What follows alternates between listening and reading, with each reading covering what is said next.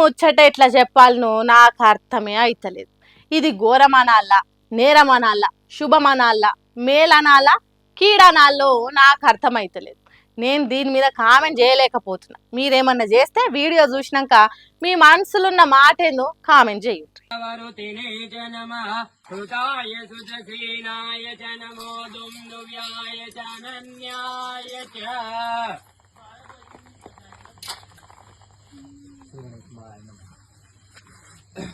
ओम नमः संभवाय च मयो भवाय च नमः शंकराय च महेश्वराय च नमः शिवाय च शिवतराय च ओम वायाय स्वाहा प्रजवाय स्वाहा वियाय स्वाहा कृतवे स्वाहा वचवे स्वाहा वर्ते स्वाहा मदाय स्वाहा मुदाय स्वाहा सुनवे स्वाहा निवे स्वाहा आदित्याय स्वाहा विष्णुवे स्वाहा आयुर्जे कल्पताम्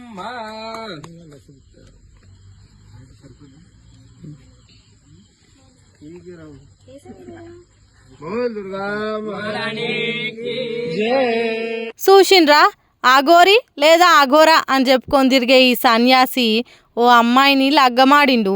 పెళ్లి చేసుకున్నదనాలనో చేసుకున్నాడనాలనో తెలుస్తలేదు. మీకు ఎట్లా అర్థమైతే అట్లనే అనుకోండి. ఆగో తాళి కడుతుంటే పెళ్లికి వచ్చిన వాళ్ళు అక్షింతలు కూడా వేసి ఆశీర్వదిస్తున్నారు.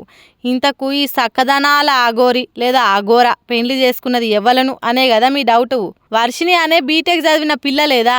అయ్యో అఘోరి లేదా అఘోరాతోని కార్లో తిరుగుకుంటా వీడియోలు చేసి సోషల్ మీడియాలో వదిలేది యాదికున్నదా?